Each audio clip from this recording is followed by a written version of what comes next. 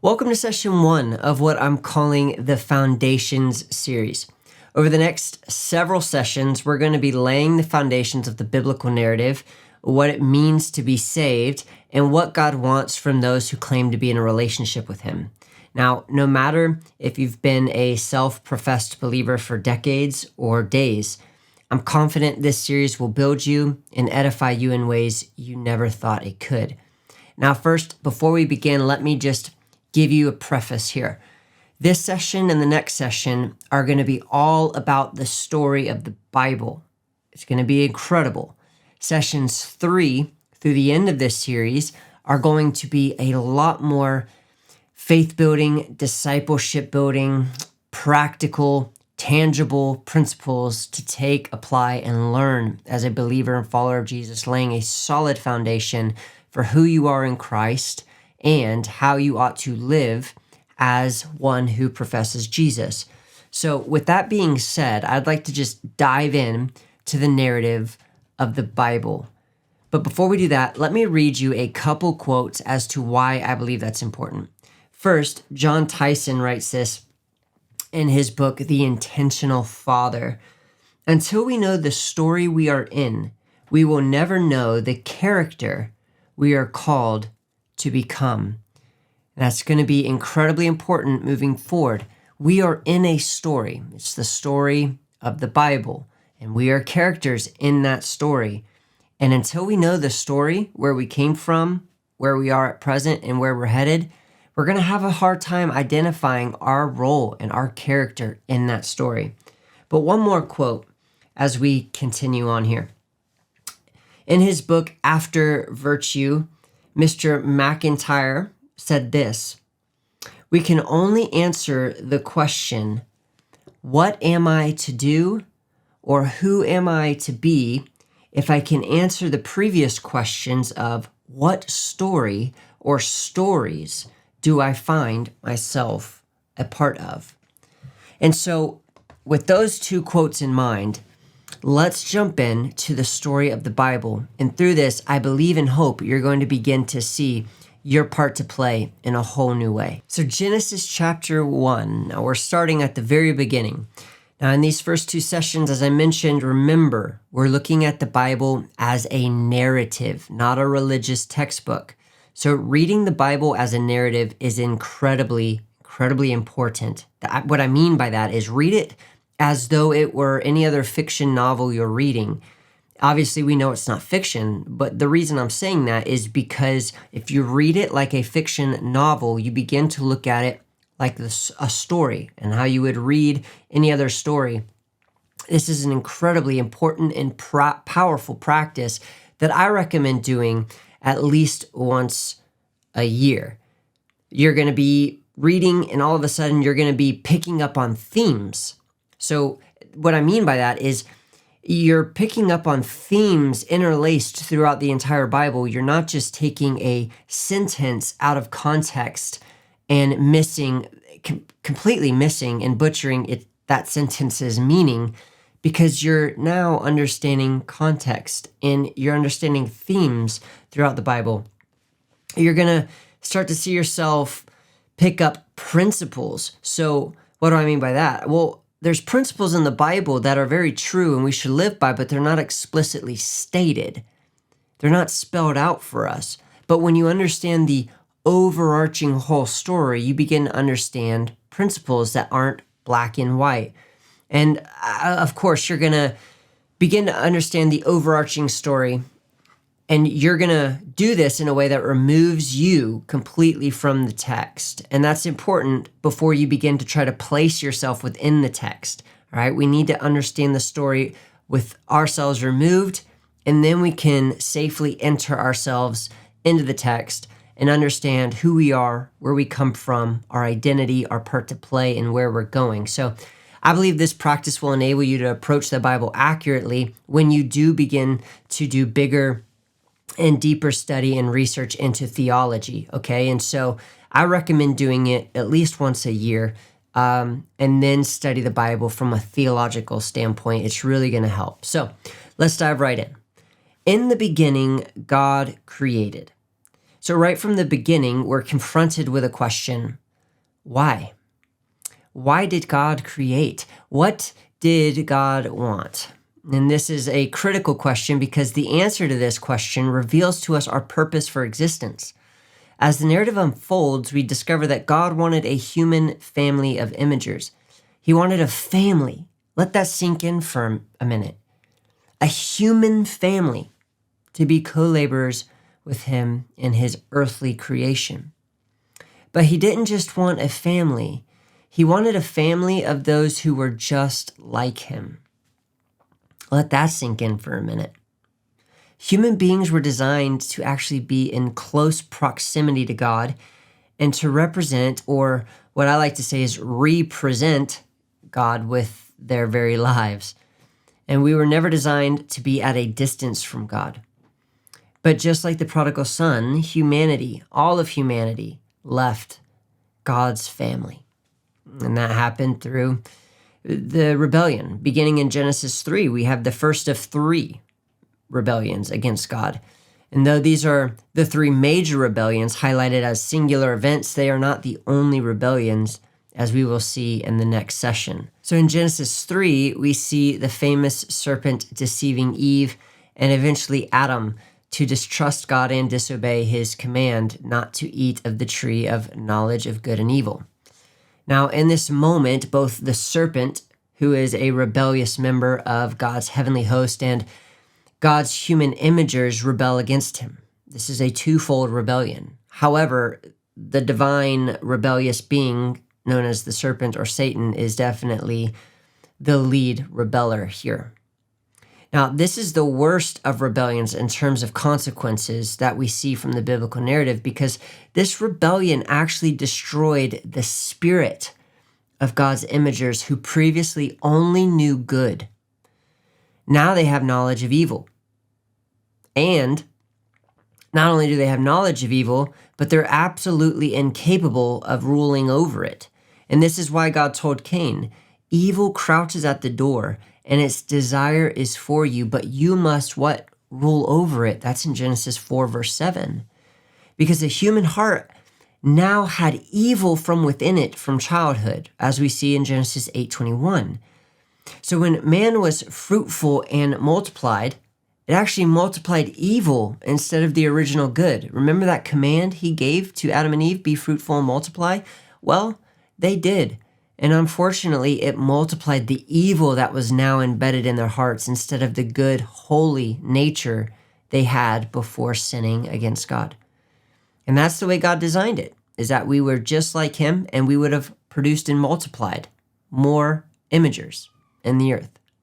But you should know that from the very beginning, God had his redemption plan all mapped out. God was not caught off guard, nor was he for a moment worried about what was to come of his creation. Though no doubt he was grieved and remorseful at the suffering to be endured in the millennia to come, there has been hope. There's been hope from the very beginning. Now, the second rebellion we come to in this story is found in Genesis chapter 6. Now, at this point, humanity has multiplied substantially on the earth, and a group of members of God's heavenly host, called the sons of God, left their dimension in the heavens. That's what Jude tells us in chapter 1, verses 6 and 7. Now, these sons of God came into the earth and bred with women. Their offspring were called the Nephilim. Nephilim are giants, and biologically they are hybrid beings, right, having blended DNA of humans and Elohim. Now you may be saying, what's Elohim? I thought that just was Hebrew for the name God, right? Well, Elohim is Hebrew, but it's Hebrew for the term referring to the beings that inhabit the spirit realm, the realm that God resides in.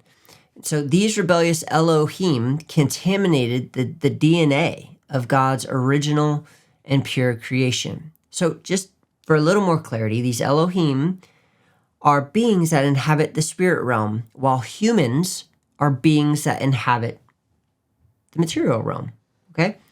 Now, as you can imagine, the offspring as rebellion, as I like to call them, these Nephilim, and sin along with them, spread rapidly on the earth, so much so that God actually said Noah was among the only righteous people left living.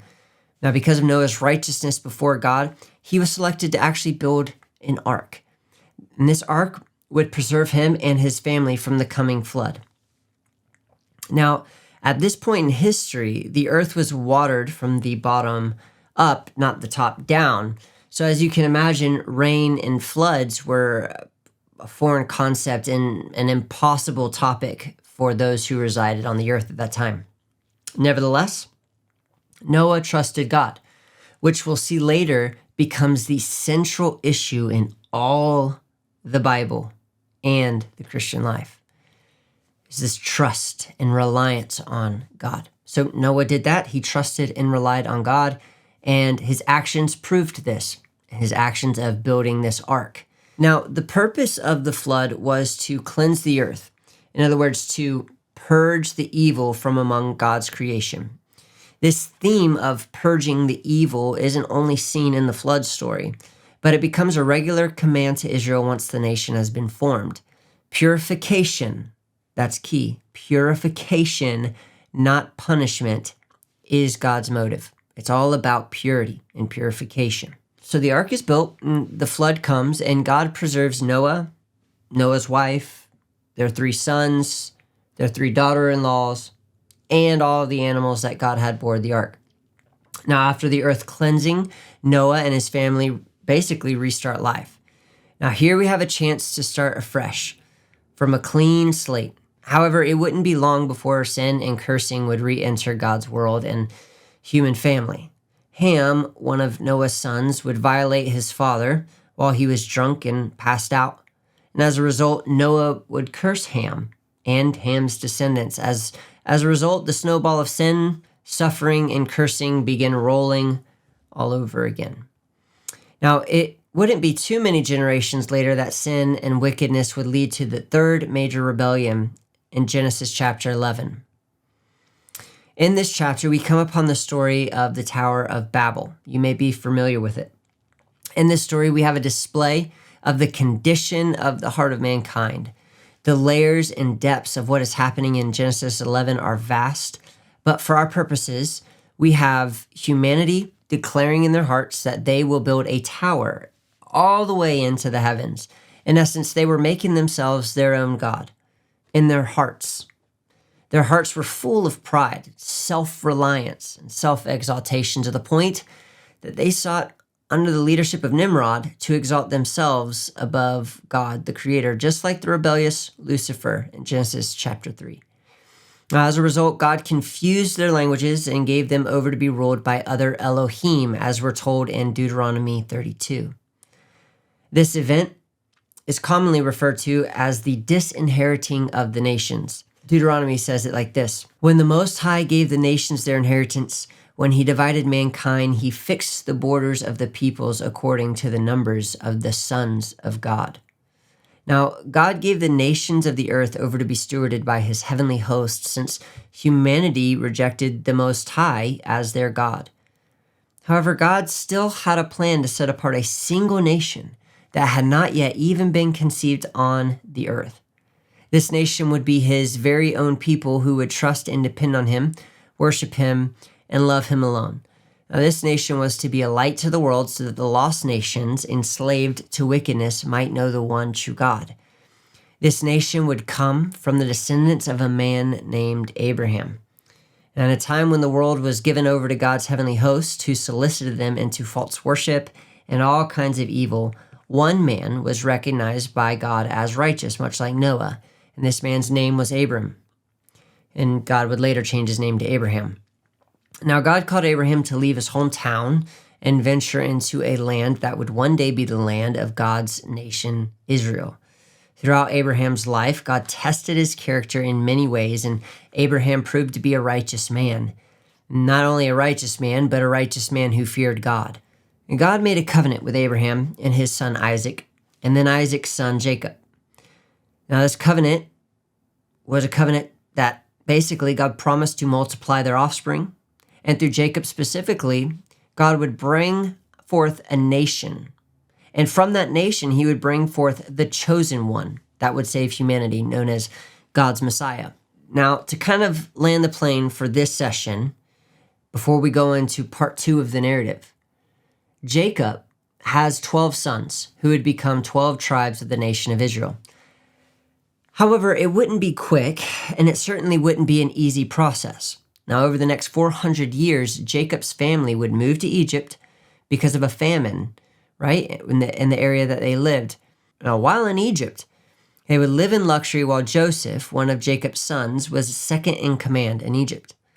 Now, after Joseph died, many years passed, and the descendants of Jacob would rapidly multiply into millions. Remember, they moved to Egypt 70 in number.